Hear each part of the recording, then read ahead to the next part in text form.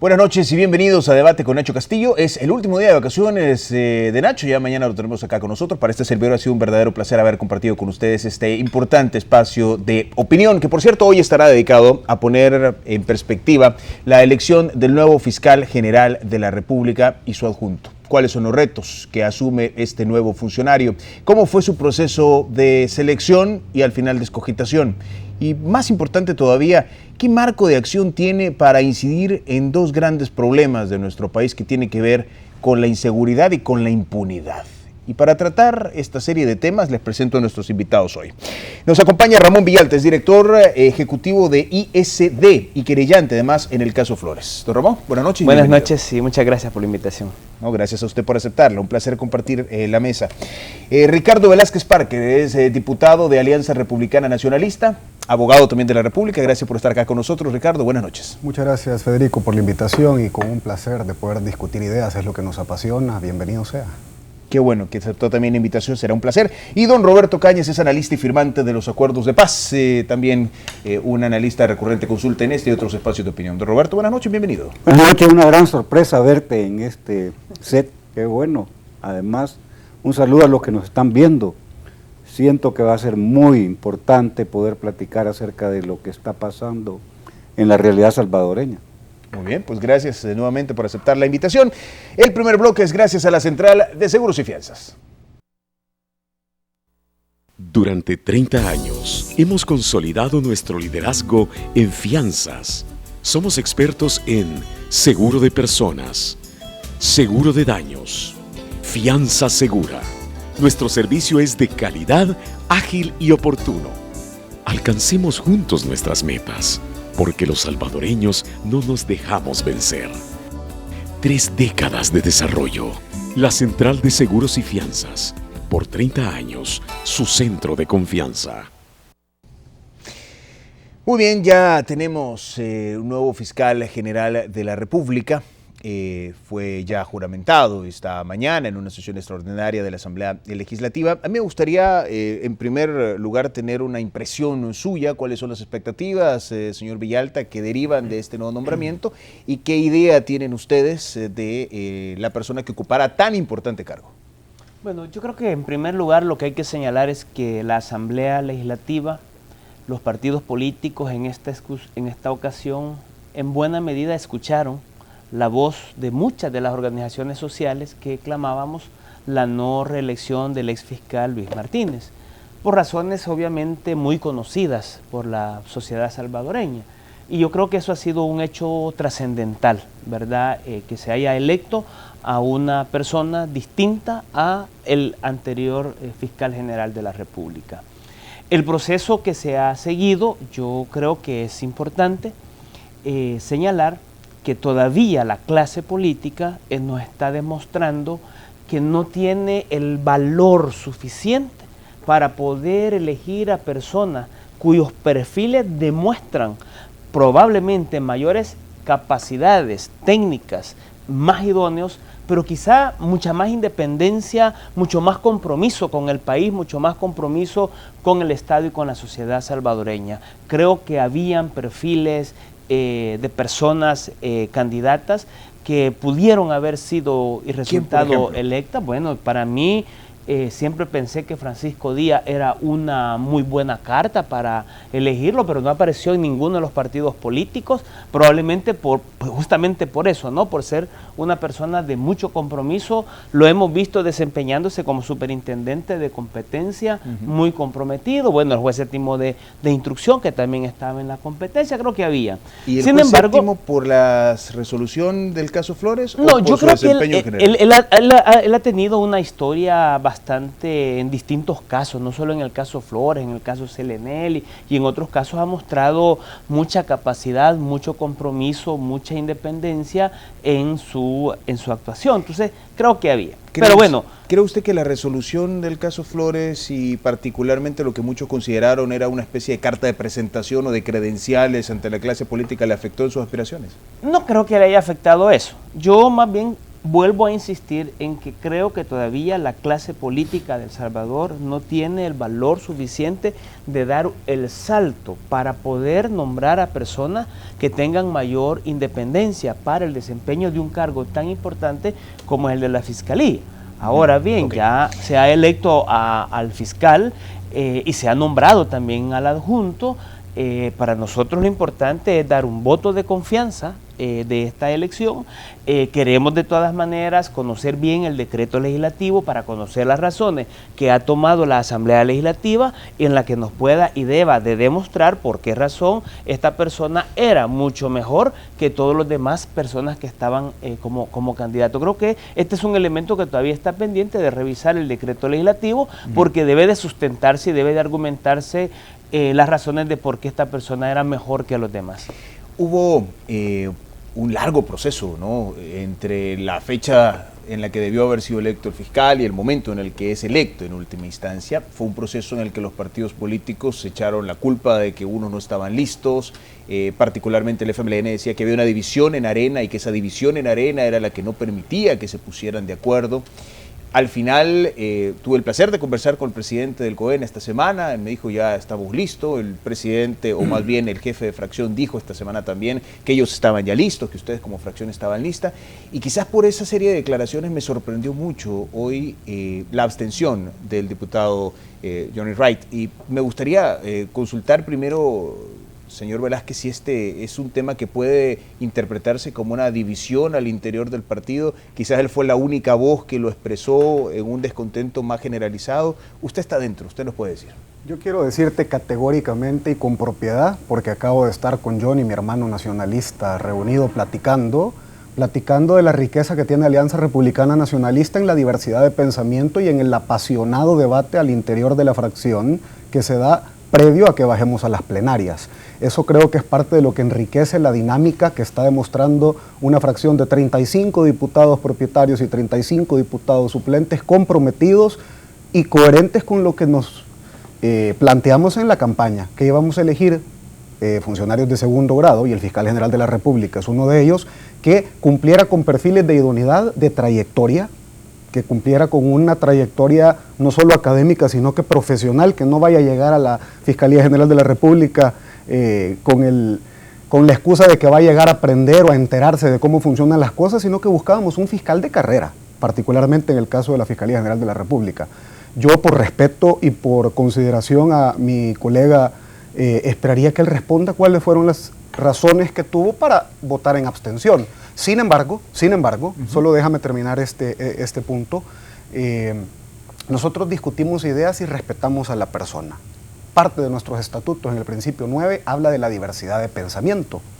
Nos respetamos, debatimos con mucha franqueza, y lo que él manifestó, su postura pública fue que desconocía el proceso, y por haber desconocido el proceso no se sentía cómodo de votar ni a favor ni en contra, y por eso la abstención que tuvo. Yo lo que te puedo decir a título personal, no estoy desmintiendo a Johnny, lo que te digo es que yo participé del proceso de enviar mi lista de candidatos a los que evalué por perfil. Yo no andaba buscando nicheros que me hicieran favores, o que le hicieran favores a mis colegas del partido, o que le hicieran favores a ningún político, grupo de poder o grupo de presión, sino que fuera un fiscal de trayectoria. Creo que, y te lo digo categóricamente porque vi el perfil de Douglas Arquímedes Menéndez, 16 años, fundador de una unidad anticorrupción, director de la División de los Intereses del Estado, jefe de la unidad penal. Yo me formé como abogado en la unidad penal, y esa es una trayectoria técnica. Diputado, no le voy a pedir que hable, ya me dejó claro que no lo va a hacer a nombre del señor Wright, evidentemente no es lo apropiado. Le voy a plantear el razonamiento que hace él para ver si usted comparte la lógica de pensamiento del señor Wright. Lo que él dice es, bueno, mire, ¿cómo es posible que pasemos a un dictamen sin que tengamos primero un informe? Porque la lógica era que había una comisión que se iba a encargar de redactar un informe, ese informe pasaba a la comisión emitía el dictamen y el dictamen se elevaba al pleno. Era como el deber ser del proceso, ¿no? A mí me hace lógica. Ustedes tuvieron ese informe, quizás él no lo tuvo, él no participó. ¿Cómo se explica eso? Nosotros tenemos la oportunidad de asistir a las comisiones en las que no tenemos voto, pero podemos asistir. Yo asistí a un par de las entrevistas acompañada de Beto Romero por interés académico y por interés de mi gremio de abogado. Quería escuchar cuáles eran las ponencias. La lista inicial que bajó a la fracción de Alianza Republicana Nacionalista tenía más nombres de los que fueron calificados. Uno, que no tenían descalificación técnica de ley, y segundo, que habían dado las mejores exposiciones.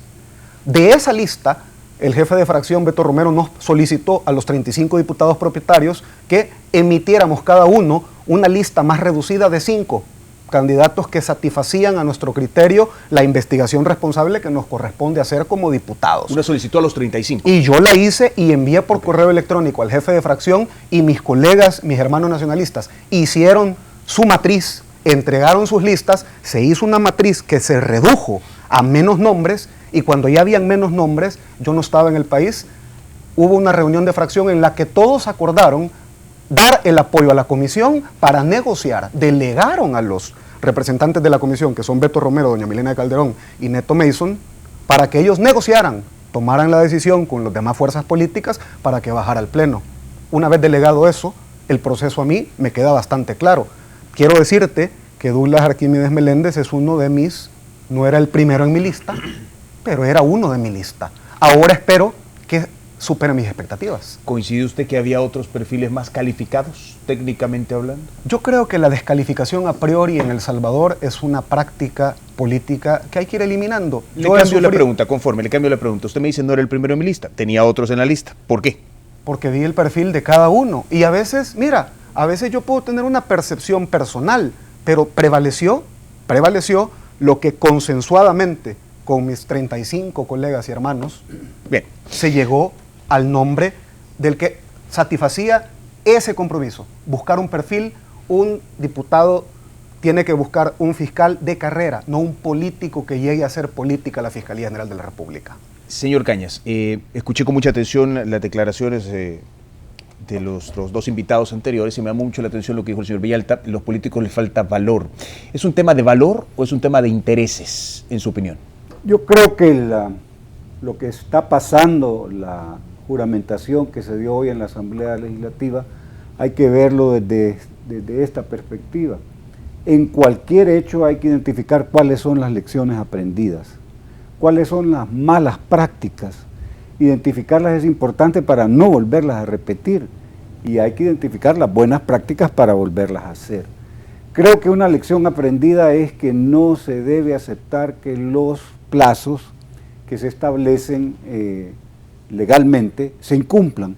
Eso da una pésima señal a la población de que los que administran el aparato del Estado no respetan los plazos. Entonces, ¿cuál es el mensaje? Está abierta la posibilidad para que todos los ciudadanos pues no los cumplan. Creo que es una lección aprendida, ojalá que sea aprendida, que efectivamente, bueno, ya vemos que no solo este es el caso, sino que hay más casos en los que se da el hecho de que no se cumplen con los plazos. El otro aspecto que es una mala práctica es la conformación de esa comisión institucional de la Asamblea Legislativa que hizo una larga actividad de encuestas a los que se presentaron como candidatos, eran más de 70, y al final no fue justamente lo que esa comisión que entrevistó a más de 70 personas lo que determinó quién era el... Perdón que lo interrumpa, pero me interesa aclarar el punto. Usted dice intencionalmente encuesta más que entrevista. Sí, o como le querramos llamar a esa forma que ocuparon para hacer esa labor de trabajar con los que se presentaron como candidatos. Luego creo yo que hay antecedentes importantes también en esto, es que se eligió casi por unanimidad. Es lo mismo en el caso del fiscal anterior, es lo mismo en el caso de la elección de la Sala de lo Constitucional de la Corte Suprema de Justicia. Hoy nuevamente se da eso, y cuando se da, pues los diputados se llenan la boca que han llegado a un consenso y que esto es importante, etcétera, etcétera, etcétera. La verdadera realidad es que aquí privó más que las competencias, los conocimientos, la experiencia, la aritmética legislativa. Se tenían los votos para conseguir que alguien quedara, se elegía, si no, no. sobre eso que usted menciona, don Roberto, me gustaría tener una valoración sobre dos aspectos que se rumoraron mucho en torno a la elección de este fiscal. Y decían, es una pugna de poder al interior de los dos partidos políticos más fuertes.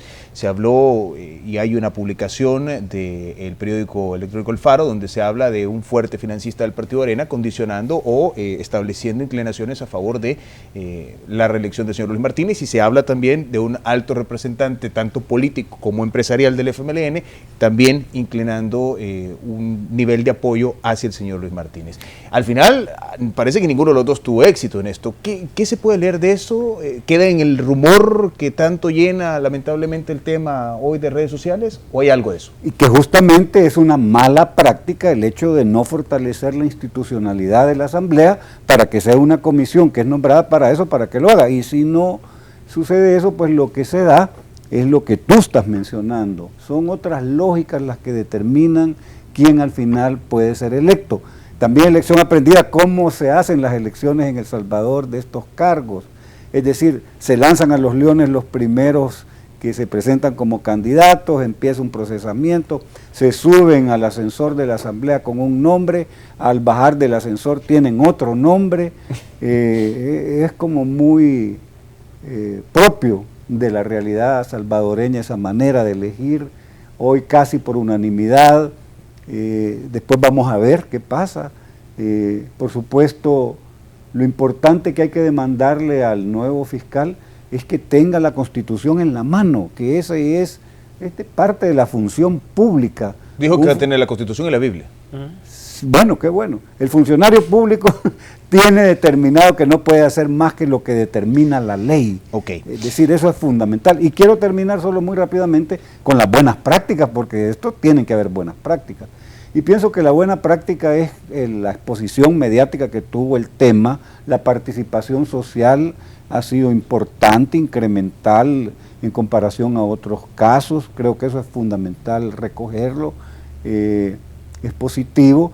La buena práctica es que hay que, como ya se dijo aquí, lo dijo Ramón, hay que, por el bien del país, darle el voto de confianza al nuevo funcionario electo, porque nadie gana si el desempeño de él es malo. El tiempo es mi peor enemigo, me tengo que ir a la primera pausa comercial de este programa. Tenemos un panel interesante, representantes de la sociedad civil, un diputado de la Asamblea Legislativa, un analista político. Voy a aprovechar este panel bastante multifacético para que cuando volvamos analicemos dos de los grandes retos que a priori se anuncian y que el mismo fiscal ha reconocido que va a tener que enfrentar. Uno, la corrupción, y dos, la impunidad. Ya volvemos.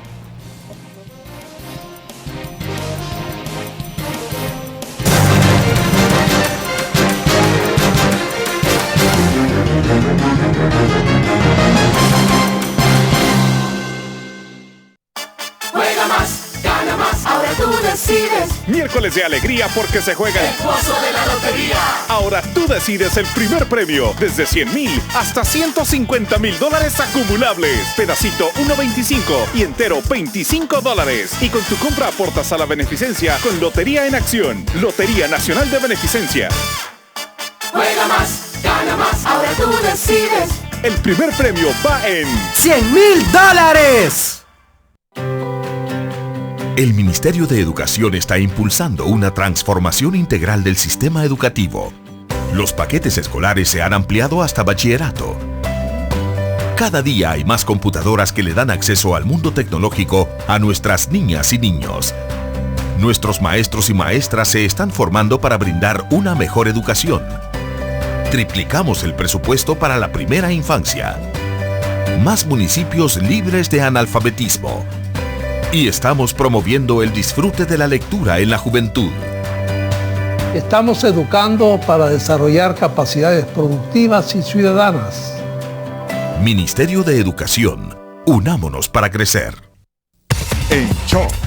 Sé lo herido que te sientes, Chuck, pero tienes que saber que no hay nada que pudieras hacer, ¿entiendes? No es tu culpa. Sí lo es. Yo fui quien descargó la Intercept 2.0.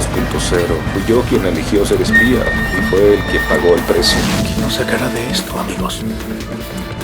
¿Quién sabe que estamos aquí? ¿Qué haremos, No tenemos un plan. ¿Sin plan? Eso no hará que me detenga. Quítense las esposas. Parecerá que escaparon cuando los mate. No puedo creer que ya no esté.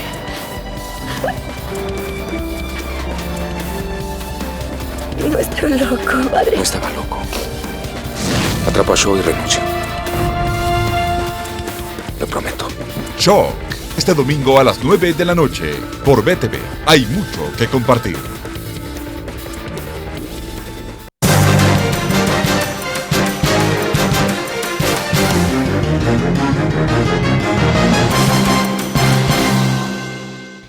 Gracias por continuar con nosotros. Este segundo bloque es una fina cortesía de Banco Agrícola. El Salvador cuenta con nosotros. Muy bien, caballeros, les invito, antes de darles la palabra, a que escucháramos parte de las declaraciones que hoy dio el señor fiscal ya electo de la República, y en la cual él hizo referencia, entre otras cosas, primero a cómo piensa o bajo qué directrices piensa administrar la Fiscalía, y también a cuáles considera él que serán algunos de sus principales retos. Vamos a escuchar al señor Douglas Meléndez. Me convertiré en el fiscal de la gente, en el fiscal del pueblo, que ejerceré mis funciones con carácter, con la Constitución en una mano y con la Biblia en la otra. Voy a hacer las cosas diferentes. Tomaré las decisiones que sean necesarias en beneficio de la población. Actuaré con toda transparencia y bajo el principio que ya mencioné, que todos debemos ser y somos iguales bajo la ley, con el único afán que nuestra población y todos nosotros podamos recuperar esa seguridad y tranquilidad para nuestros hijos. Puede haber un parentesco con el diputado Ruiz y mi persona, no sé ni en qué grado, porque este día ha sido la segunda vez que le he chocado la mano, que lo he saludado. Si voy a aplicar la ley, la voy a aplicar a quien sea. Esa es la primicia de cualquier fiscal general que merece estar en la fiscalía. Este bloque lo voy a comenzar con usted, señor Cañas. Me gustó esa expresión, el fiscal de la gente. ¿Cómo es eso?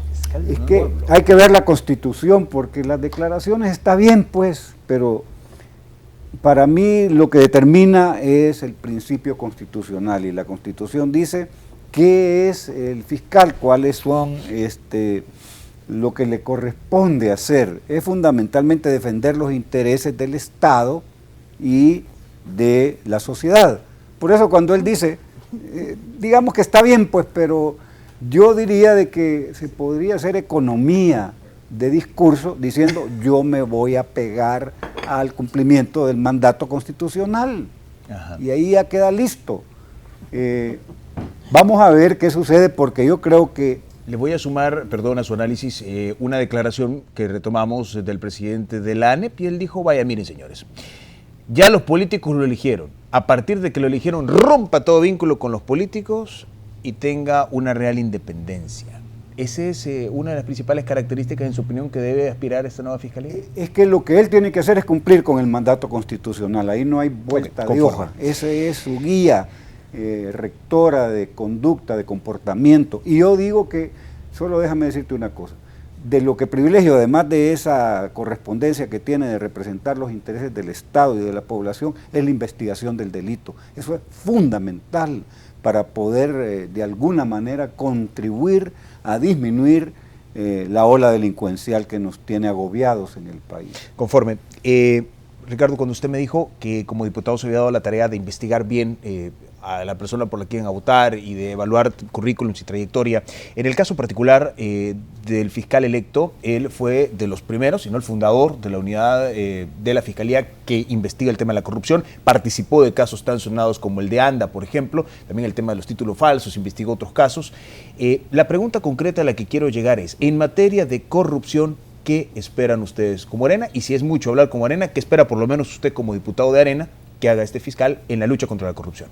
Yo espero que inicie por casa, limpiando lo que pueda quedar de algún residuo de obscuridad o de corrupción o de falta de transparencia dentro de la Fiscalía General de la República. Uno empieza por casa dando el ejemplo. Posterior a eso va a demostrar si la experiencia de más de 16 años en distintas unidades, en distintos departamentos de la Fiscalía General de la República, jefaturas no solo de la central, le dan la visión a largo plazo para empezar a hacer eso, lo que él mismo se compromete. Voy a hacer cosas diferentes. Este es un fiscal de carrera, no es un político que ha llegado por ser abogado de la República a tomar decisiones políticas. Lo que esperamos y el compromiso que esperamos que cumpla, de acuerdo a sus palabras, es a superar expectativas de aquellos que tradicionalmente cuando no tienen, mira, para gustos los colores. Yo siempre digo que en la política es el arte de lo posible y también es percepción. Unos opinarán que le falta X, unos opinarán que le sobra Y, pero en este momento es una decisión tomada constitucional, de acuerdo a el procedimiento que está vigente en la Asamblea Legislativa, y ahora debe de tener la oportunidad de superar expectativas. Si no, lo que le va a ocurrir es lo que le pasa al fiscal saliente. ¿Qué casos le parece a usted en materia de corrupción que deben ser termómetro para medir el desempeño del nuevo fiscal? Yo creo que tiene que empezar de forma no politizada a tomar el orden de la prioridad de lo que puede prescribir. Y si algún caso va relacionado con Alianza Republicana Nacionalista, enhorabuena, yo soy uno de los principales interesados en que se esclarezca. Si algún caso toca otro partido político, que lo toque. Si los puede llevar en paralelo, mucho mejor. Pero el orden debe de ser que no prescriban, para que le dé certeza jurídica en una república donde el imperio de la ley nos da la tranquilidad a los ciudadanos, políticos, partidarios y políticos ciudadanos, de que aquí el derecho efectivamente se cumple. Un fiscal de trayectoria académica y de trayectoria técnica a lo mejor tiene una ventaja, porque ha visto los errores de otros y ha aspirado en algún momento a hacer las cosas diferentes. Es mi perfil. Cuando se le preguntó en la conferencia de prensa sobre el tema particularmente del Chaparral, dijo, voy a llegar a ver los casos. Se le preguntó por el caso Flores, dijo, voy a llegar a ver los casos. E incluso son esos y más. ¿Son esos puntos de honor? Pues son puntos de honor para las fracciones políticas que tienen intereses políticos en ellas. Yo no espero de que él vaya a doblegarse a presiones ni de mi partido, ni del FMLN, ni de Gana, ni de nadie. Que pueda priorizar en un orden técnico. Y yo creo que el orden técnico es que si algo va a prescribir, hay que empezar por eso. Ok. Señor Villalta, ¿el caso Flores será un primer termómetro para medir al nuevo fiscal? Yo creo que sí. Creo que, de hecho, para nosotros, haciendo un análisis de los retos que tiene este fiscal, obviamente uno de los principales retos es, como se ha mencionado, la depuración fiscal. Esto es urgente. Depurar la fiscalía. No es posible que recurrentemente tengan que salir personas que han sido detenidas por malos procedimientos fiscales. Y reiterativamente se está diciendo, por mal procedimiento fiscal se le dejó libre. Bueno, uno dice, ¿cómo es posible que a nivel nacional cometan los mismos errores recurrentemente? Entonces ahí está pasando algo que no es correcto. Hay que ver qué es lo que pasó, por qué desaparecieron de repente en la fiscalía determinada documentación, qué pasó, por ejemplo, y quién fue el responsable, hablando del caso Flores, de que abrieran un sobre que venía embalado de las Bahamas y que desaparecieron la información de carácter financiera que ahí venía. Bueno, pues, ¿qué pasó? Porque eso quiere decir de que allí están buscando beneficiar a los directamente imputados. Entonces yo creo que el tema de la depuración fiscal es un tema fundamental. De cara al caso Flores, yo creo que es importante. De hecho, nosotros vamos a enviarle ya una carta pidiéndole audiencia de urgencia, porque nos interesa conocer cuál es su posición respecto del caso y cuál es su posición respecto de la posibilidad de coordinar con la querella, porque es lo que la gente ha estado esperando, ¿no? Que haya mayor coordinación entre la fiscalía y la parte querellante de cara a llevar adelante un juicio en donde hay dos que acusan, uno por parte del Estado y uno por parte de la sociedad. Déjeme puntualizar en esa línea que usted está desarrollando. ¿Esperarían ustedes una sustitución de los fiscales que han llevado este caso? Porque tuvieron desencuentros y criticaron bastante el rol fiscal. Obviamente esa podría ser una de las primeras medidas que la Fiscalía General debería de considerar. ¿Lo van a solicitar ustedes? Vamos a tener que, eso lo vamos a discutir, eso es lo que queremos hablar con él, pero también queremos hablar con él respecto de, bueno, cuál es su posición respecto de la no inclusión por parte de la Fiscalía del delito de lavado de dinero. nosotros debemos de anunciar que el día lunes estaremos presentando el recurso de casación ante la Sala de lo Constitucional para buscar revertir la medida adoptada por la Cámara Primera de lo Penal, que no habiéndole solicitado la defensa la modificación o la eliminación del delito de lavado de dinero, lo termina eliminando mediante un mecanismo que buscaban que prácticamente nos quedáramos absolutamente sin ningún recurso posible a presentar, pero hemos encontrado el camino y vamos a recurrir a la casación. Obviamente en esto volver a iniciar otro proceso penal específicamente por el tema del lavado de dinero. En este sentido pueden pasar dos cosas: que el delito de lavado de dinero sea nuevamente incluido, que la Fiscalía, por ejemplo, pueda solicitar una audiencia especial para poder tener la oportunidad de que la Fiscalía incluya y pida el requerimiento fiscal de la inclusión del delito de lavado de dinero. Puede ocurrir ese tipo de cosas. Estoy solo pues imaginando posibilidades de cosas que puedan suceder, dependiendo de la responsabilidad y del análisis que la Fiscalía finalmente haga de los elementos de prueba que ellos mismos tienen recopilados y que han presentado ante los juzgados correspondientes. Entonces creo de que ahí hay un tema fundamental. Obviamente, como consecuencia de este caso, en cuanto a delito de lavado de dinero, si no es incluido, debido a que hay una serie de elementos suficientemente de pruebas recabados por la misma Fiscalía y que hay pendiente un aviso presentado por la Asamblea Legislativa y que ha habido en buena medida requerimiento del juez séptimo de instrucción para que inicie la investigación de otros implicados, personas naturales y jurídicas, entonces vamos a ver cuál es el grado de responsabilidad que hay, de asumir con mucha seriedad y mucha objetividad el proceso de investigación de otros implicados. Dos preguntas muy puntuales sobre este caso. La primera, ¿le parece así que es tan contundente el tema del lavado de dinero? Porque yo recuerdo que la resolución del juez séptimo cambiaba la calificación de algunos de los delitos y decía aquí hay posibilidad o indicio de un posible cometimiento de lavado de dinero, que de hecho era lavado de dinero y otras modalidades de lavado de dinero.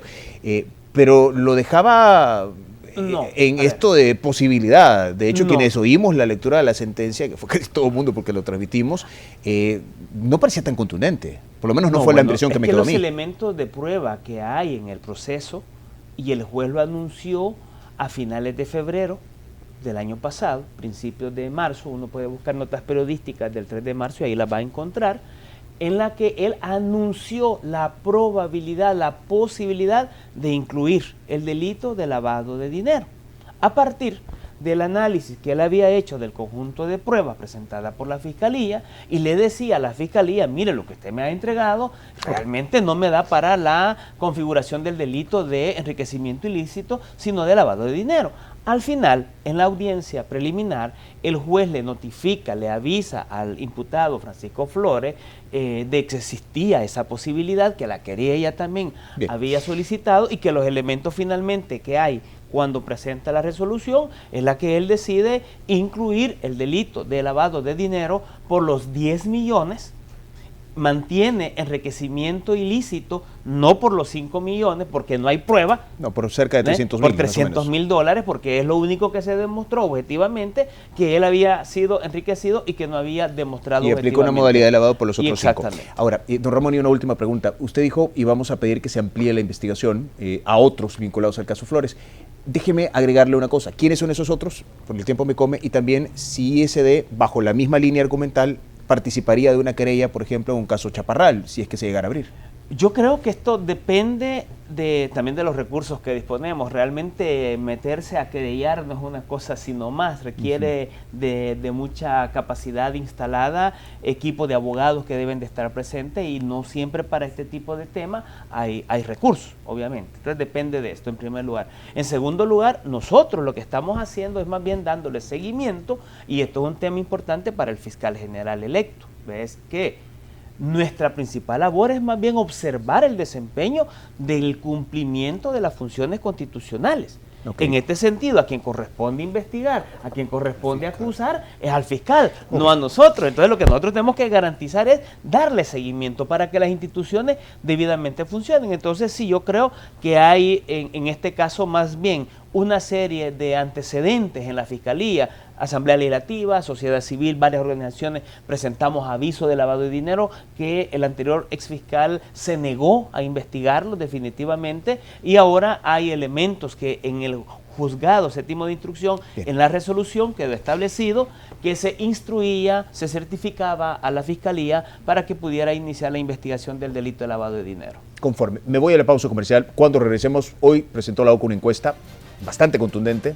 La gente no está conforme ni con el rumbo que lleva el país, ni con mucha expectativa ante los planes en materia de seguridad que implementa este gobierno. La Fiscalía General de la República es un ente fundamental en el combate del delito y en consecuencia un ente fundamental en el combate a la impunidad. ¿Qué se puede esperar del nuevo fiscal y qué recursos necesita para cumplir los objetivos? Vamos a la pausa y regresamos con sus respuestas.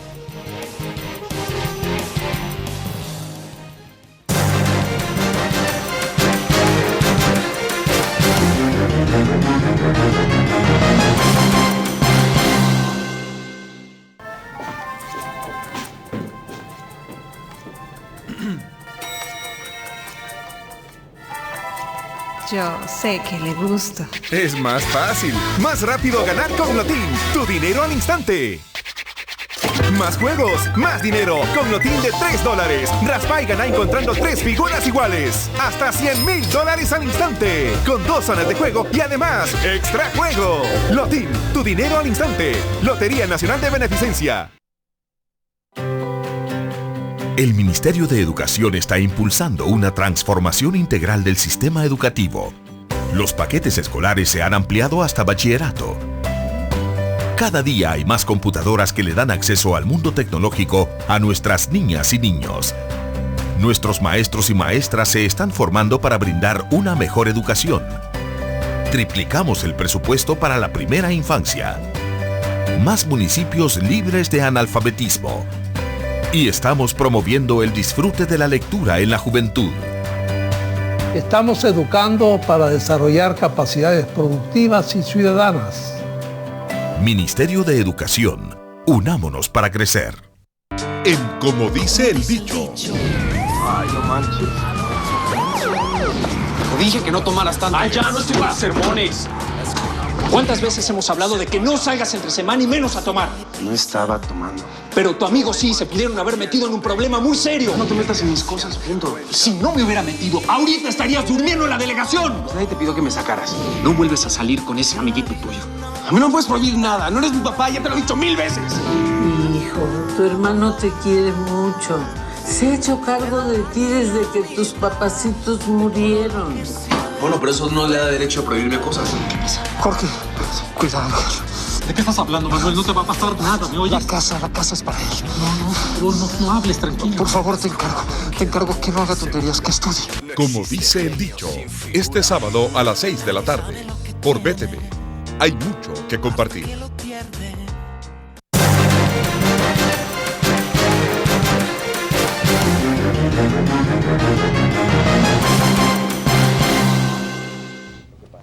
Muy bien, gracias por continuar con nosotros. Vamos a este tercer bloque. Hay datos que son verdaderamente importantes de colocar.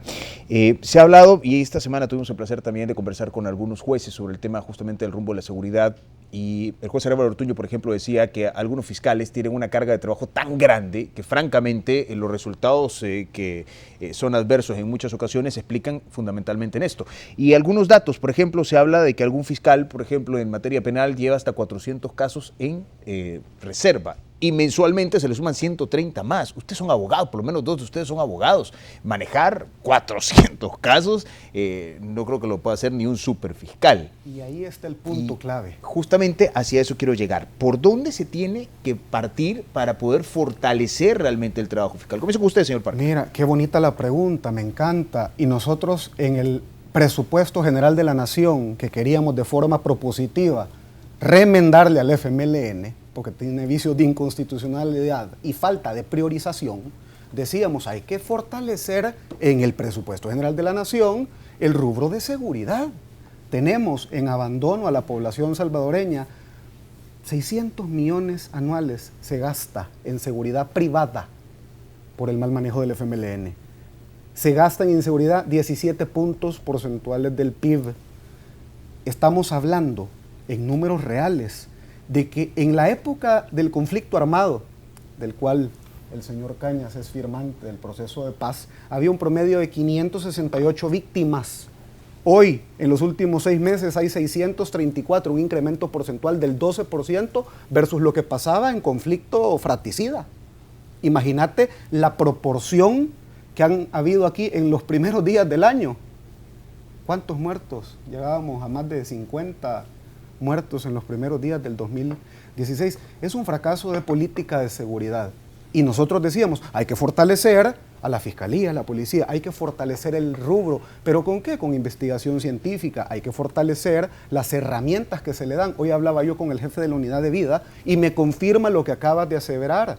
Una carga laboral por fiscal que supera los 400 expedientes solo de la unidad de vida. Es decir, se ha superado la capacidad instalada del gobierno y de las instituciones de Estado para hacer frente a lo que nos está afectando a todos. ¿Quién no tiene un pariente, quién no tiene un conocido que ha sido víctima de la delincuencia y de la violencia que estamos afrontando? Esa es una de las principales responsabilidades que va a tener un fiscal general de la República, con la valentía de exigirle a la Asamblea herramientas y con la capacidad de trabajar en equipo con todas las instituciones del Estado. Si el fiscal logra trabajar en equipo, va a superar las expectativas de los que dicen que le sobra o que le falta. Si no tiene la capacidad de trabajar en equipo, pues vamos a volver a hablar de la evaluación que hagamos en el momento de darle una reelección, o volvemos a escuchar activamente a la población que nos pida otro fiscal general de la República. Yo en este momento le doy el beneficio de el análisis que hice de su expediente y de su trayectoria. Bien. Y le deseo de todo corazón éxito. Le voy a compartir, señor Villalta, un par de datos de esta encuesta de la UCA. Me gustaría tener su opinión. Pero mira, es que ahí hay una cosa que no... antes de pasar a la encuesta de la UCA, un fiscal es un administrador público. Y como administrador, teniendo esas características de limitación de recursos, por un lado, teniendo esa cantidad de casos que tiene que ver cada fiscal, lo que tiene que hacer es priorizar y buscar aquellos casos emblemáticos que permitan éxitos, que posibiliten éxitos posteriores, tomando en cuenta que 3 años no alcanzan. Entonces es una dinámica muy compleja. Dificultades porque hay carencia de recursos, dificultades porque son muchos los casos que son la carga de cada fiscal, y dificultades porque 3 años no es nada. Pero perdón, cuando usted me dice priorizar, eso implica casi que considerar que un delito puede ser más grave en un caso que en otro, y eso iría en primer lugar en contra de la ley. Lo que pasa es que no tienes todos los recursos para investigar al mismo tiempo todos los casos. Pero entonces el Estado tiene la obligación de financiar la investigación del delito porque está constitucionalmente determinado. Por supuesto, y hoy que han votado 83 a favor de ese fiscal, deberían, a la par de haber tomado la decisión de apoyarlo, buscar la manera de darle los recursos para que pueda hacer su Arena desempeño buscó hacer adecuado. eso en el presupuesto. Es decir, entonces, yo digo que este es un tema de administración pública. La ventaja es que el fiscal que se acaba de juramentar conoce, no va a llegar ahí a empezar el primer año a Señor tratar Cañas, si es un tema de administración pública, déjeme elevar el nivel de análisis. No hace sentido lo que está diciendo el diputado Parker. Se ha hablado y se argumentó, incluso hay un nuevo impuesto para financiar el tema del combate a la inseguridad y particularmente el tema de las pandillas. Se ha hablado de la necesidad de préstamos que están estancados en la sala de lo constitucional y se exige bajo el argumento de mejorar el tema de la seguridad. Entonces, en el racional del análisis, en la administración pública que usted menciona, ¿no debería tener la Fiscalía, por el nivel de incidencia que tiene el combate a la delincuencia, mayor presupuesto? Pues por supuesto que sí, claro que sí. Entonces, ¿dónde está el error? ¿De dónde parte? Bueno, en los que dirigen, en los que administran el aparato del Estado, que no toman en cuenta de que junto con las responsabilidades que tiene un operador político, deben de existir los recursos para que pueda ser eficiente, si no, no es viable.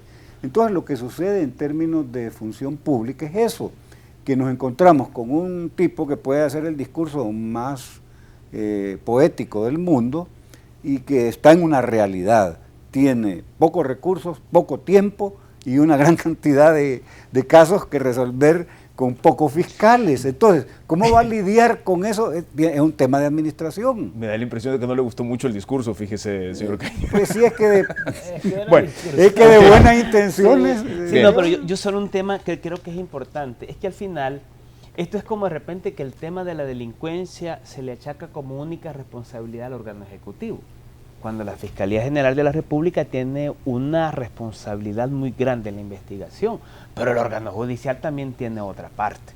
Esto significa que si aquí, como nosotros hemos pedido, depuración fiscal, si no hay depuración judicial, muy buen trabajo podrá hacer la Fiscalía, pero van a salir siempre libres. Entonces necesitamos trabajar mucho. O sea, el llamado también es a la Corte Suprema de Justicia que efectivamente también inicie con mucha seriedad y de manera urgente un proceso de depuración. Porque el problema que uno puede terminar argumentando que por problemas de recursos no hace bien todo su trabajo y bueno, haga bien lo que puede hacer con los recursos que tiene. Ahora, absolutamente, yo he pensado en esto. Vamos a acompañar en la demanda del fiscal en que debe de incrementarse los recursos y el apoyo financiero. Nosotros hemos venido planteando que como mínimo la Fiscalía debería tener asegurado el 2% del presupuesto general de la Nación.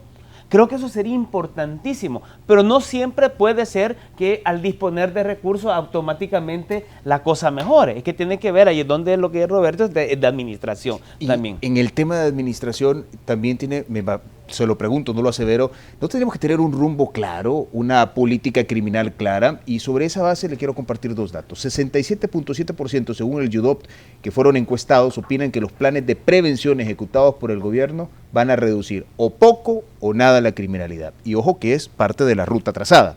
Además mencionan que 56.9% de los salvadoreños de una muestra de 1.268 siente temor. Se siente temor. El margen de victimización, es decir, de aquellos que han sufrido algún delito, es del 24.5%, que es muy superior al 18% que estableció la Policía Nacional Civil. Quizás no muy superior, pero ciertamente superior. Y me voy a cerrar la pregunta con este último dato. En cuanto a la credibilidad que despierta en la población los planes del Salvador Seguro y otros, 69.4% de los entrevistados consideran que su ejecución va a reducir nada o muy poco la situación de inseguridad que vivimos. Sí. Entonces, si es un tema de administración y también es un tema de ruta, ¿vamos en la ruta correcta? No, por eso estoy diciendo, tiene que ver si hay una efectiva articulación entre la responsabilidad constitucional que tienen el combate a la delincuencia cada una de las entidades del Estado. ¿Qué es lo que le corresponde al órgano ejecutivo? ¿Qué es lo que le corresponde a la Fiscalía General de la República? ¿Qué le corresponde a la Corte Suprema de Justicia? Y yo creo que ahí estamos teniendo problemas bastante delicados, porque puede haber un efectivo trabajo de la Policía Nacional Civil, pueden haber muchas capturas, pero cuando hay un mecanismo de fiscales y de jueces que probablemente cometan actos de corrupción, obtienen beneficios y terminan dejando en libertad a los mismos delincuentes, el efecto que tenemos es que estos que salen terminan y vienen a matar a los policías que los apresaron. Okay. Y ese es el efecto que hemos estado teniendo. Entonces, a mí sí me parece que el llamado, que hay que hacer un llamado importante. La articulación, el esfuerzo de coordinación entre las tres entidades, pero sin haber depuración fiscal y sin haber depuración judicial, el tema de la investigación de la delincuencia y del ataque a la delincuencia no lo vamos a mejorar. Me tengo que ir a la pausa comercial, la última de este programa. Cuando volvamos le ponemos atención a lo que usted quiere preguntarle al panel y sus opiniones, por supuesto, en la voz del señor Francisco Bonilla. Ya volvemos.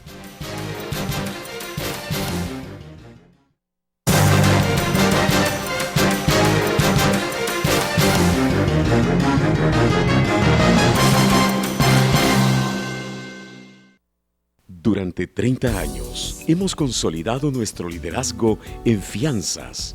Somos expertos en seguro de personas, seguro de daños, fianza segura. Nuestro servicio es de calidad, ágil y oportuno. Alcancemos juntos nuestras metas, porque los salvadoreños no nos dejamos vencer. 3 décadas de desarrollo.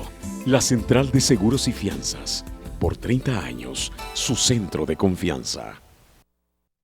Juega más, gana más, ahora tú decides. Miércoles de alegría porque se juega el pozo de la lotería. Ahora tú decides el primer premio, desde 100,000 hasta 150,000 dólares acumulables. Pedacito 1.25 y entero $25. Y con tu compra aportas a la beneficencia con Lotería en Acción. Lotería Nacional de Beneficencia. Juega más, gana más, ahora tú decides. El primer premio va en $100,000. está mi dinero? ¿Quién lo agarró? ¡Buenos días! Tenía dinero aquí. Tenía 500 pesos. No, 465, no es exagerado. Entonces, si va a tomar mi dinero, avíseme. Sí. Te había preparado huevos al albañil, pero a ti no te puedo dar esa clase de huevos porque eres demasiado fino. A los albañiles me los eché yo. Durmiendo con mi jefe. Este domingo a las 2:30 de la tarde. Por BTV. Hay mucho que compartir.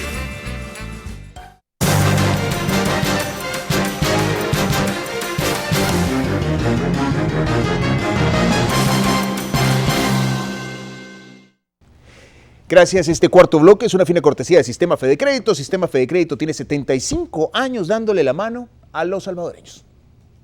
Vivir en un país que es como un pulgarcito es tenerse confianza. A unos pasos encuentras el restaurante de Don Leo, quien atiende como a su familia a todos sus clientes. Así como a él le atienden cuando hace sus compras con sus tarjetas de crédito del Sistema Fede Crédito. A la vuelta de la esquina, estamos donde tú quieres Sistema estar. Fede Crédito, queremos darte una mano. Señor Francisco Bonilla, adelante. Un placer saludarles, muy buenas noches. Empezamos con la participación de Minero Ramos. El señor Minero Ramos dice, todos hablan de depurar la fiscalía, sin embargo, falta los jueces y quizás los más nefastos, los políticos, según su planteamiento. José Ovidio Rogel dice, la corrupción comienza en lo más alto de la sociedad y termina en los sitios más pobres de la sociedad. Rodrigo Rivas dice, para casos Flores sí tienen recursos, para otros casos, casos de izquierda no tienen. ¿Qué objetivos, verdad, plantea sobre lo que planteó Ramón Villalta? Dice Paco Hueso, esa es la primera medida correcta y valiente para que el pueblo crea en sus palabras y un precedente respecto a retirar los fiscales actuales en el caso de Francisco Flores. Sergio José dice, esperemos que trabajen por el pueblo a quien realmente se deben. Paolo Lurs dice, eso recesamente fue el problema, negociaron mal. Esto respecto a la afirmación de Ricardo Velázquez Parker sobre la participación de Milena Calderón y Ernesto Mason como comisionados para buscar al fiscal general de la República. Plantea que fue una mala negociación por parte de Arena. Gustavo dice, ¿tuvo tiempo de ver el perfil? Y Johnny Wright no tuvo tiempo, le pregunta a Ricardo Velázquez Parker. Dice Henry Gutiérrez, fiscales que no tienen 2 años en la institución y están en unidades especializadas sin experiencia alguna, obra de Martínez. José Mario Siberian dice, creo que un fiscal no está para quedar bien con nadie, pero tampoco para hacer investigaciones con dedicatoria, imparcial. El señor Jaime Handal dice, y el objetivo principal es cero impunidad en cualquier delito que se investigue, pues afectan institucionalidad. José Mario Cibrán rindió la subcomisión el informe sobre la evaluación de los candidatos a fiscal. ¿Qué dice ese informe? ¿O es que no se rindió? Pregunta. Finalmente, el diputado Rodrigo Ávila dice la capacidad de respuesta del Estado no responde a la magnitud del problema, las pandillas y su entorno. Vamos al estudio para las respuestas. Son varias las interrogantes, son 3 los invitados, tiene cada uno de ustedes 2 minutos, ustedes sabrán cómo responderlas. Voy a comenzar con usted, señor Villalta. Bueno, yo creo que solo una precisión. Hace un momento dije que presentábamos el recurso de casación ante la Sala de lo Constitucional y es ante la Sala de lo Penal, próximo lunes. Un elemento que yo sí creo que es importante con esto de que la corrupción comience en lo más alto y termina en lo más bajo, es que efectivamente en el compromiso de actuar con mayor transparencia de la Fiscalía, realmente el fiscal debe de transparentar cómo están los casos distintos de corrupción que él está y tiene en sus manos. Ahí se mencionan de 150 casos que fueron presentados, pero no tenemos un informe del estado en que se encuentran, no estamos pidiendo el detalle, estamos diciendo en qué estado se encuentran. Y eso es un elemento de rendición de cuenta que debería de adoptar esta Fiscalía General de la República para garantizar que haya mayor información hacia la población. Para nosotros, con lo del caso Flores, no es Flores en sí mismo, no es ver a Flores preso per se, es si la institucionalidad de este país tiene o no la posibilidad real de funcionar indistintamente de quién se trate. porque no es lo mismo cuando agarraron al de la canasta de los Ocotes de San Vicente y lo procesaron y lo metieron 8 años con un proceso bastante acelerado, y una persona que se quedó con 15 millones, desvió 10 millones hacia un partido político y otros 5 millones no se saben dónde fueron a parar, pero además no solo se habla de esos 15 millones, sino que la Asamblea Legislativa habló de una posibilidad de 80 millones y no se investiga. Entonces nosotros creemos de que de lo que se trata es de demostrar si la Fiscalía funciona o no funciona y cumple con el papel que debía de cumplir. En el caso Flores, nosotros hemos dejado demostrado que el principal talón de Aquiles que estábamos teniendo, lo teníamos en la calidad y en la capacidad y en el compromiso de investigación que tenía la Fiscalía. Y en el compromiso, tal como él inició, el fiscal anterior, anunciando que el caso Flores lo investigaba por lavado de dinero, bien, pero no lo requirió en ningún momento. Gracias. Señor Parker, lo escuchamos. Yo creo que en lo que coincidimos, y agradezco la pregunta del señor José Mario Cibrián, la respuesta la da el señor Jaime Handal, fortalecer la institucionalidad. Y Ramón lo acaba de decir. El reto del fiscal general de la República es elevar la percepción y la seguridad de la ciudadanía que la institución Fiscalía General de la República está representando los intereses del Estado, los intereses de la sociedad, que tenga la capacidad de hacer mucho con poco, de gestionar, tener más presupuesto. Y lo que Rodrigo Ávila decía es clave. Está superada la capacidad instalada de la institucionalidad. Se requiere creatividad del funcionario que entra ahorita en relevo a aportar desde su conocimiento técnico y profesional. Y yo te lo digo, soy un convencido que un profesional con trayectoria, con una hoja de vida limpia, tiene más ventajas que un mero político que discursa o que se compromete con unos y otros. Esa es su ventaja, y en base a ello le hemos dado ese voto de confianza y tenemos ahora la expectativa. Rodrigo Ávila decía que está superada la capacidad instalada de responder. Mira, las pandillas controlan el territorio nacional. Gran parte del territorio nacional controlado por la extorsión. La sala los ha declarado terroristas. Esto ha generado dos cosas: que el emprendedor tiene que cerrar su pequeño negocio y una verdadera y escalonada fuga de talento de salvadoreños que se van en una diáspora. Ya tenemos 2 millones en los Estados Unidos de América. Qué curioso que la sabiduría de mi pueblo va a donde se respeta al individuo, la capacidad y la libertad para emprender, la predictibilidad de tener retorno, y son los que están sosteniendo nuestra economía. Esos emprendedores que se han ido, que son unos héroes. Señor Parker, gracias. Señor Cañas. Bueno, aquí lo que el fiscal y todos nosotros debemos de tener en la cabeza es cómo sacamos adelante el país. Eso es el centro de toda la actividad en medio de las circunstancias que estamos viviendo. Y al fiscal le toca dirigir la investigación del delito. Y si con eso se vuelve efectivo y contribuye a disminuir la delincuencia, enhorabuena. Y la otra cuestión que debe sentarse muy claramente en la realidad del país es, número 1, no hay intocables en El Salvador. Personas que cometan delitos no van a quedar impunes. Eso es fundamental, porque eso va generando la confianza de que en El Salvador el Estado de Derecho y la institucionalidad va a funcionar. Y yo apuesto a que la institucionalidad del país debe ser adecuada para que no tengamos que utilizar recursos externos que vengan a hacer lo que los salvadoreños debemos de hacer. Entonces aquí lo que está planteado es cómo esos dos elementos, asegurar los pasos que permitan generar confianza e ir contribuyendo a que la delincuencia disminuya, y por el otro lado asegurar que esas dos hermanas siamesas, que son por un lado la corrupción y por el otro la impunidad, no puedan sobrevivir en estos años que vienen. Es decir, persona que cometa delitos de cualquier tipo debe tener castigo, si no ese es el reforzador del aumento de la delincuencia, al darse cuenta que no hay castigo. Muchísimas gracias.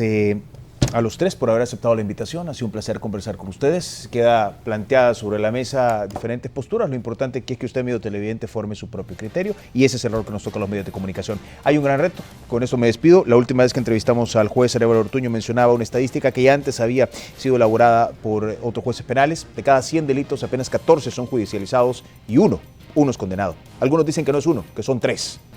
Bueno, es un gran reto. Gracias por su sintonía.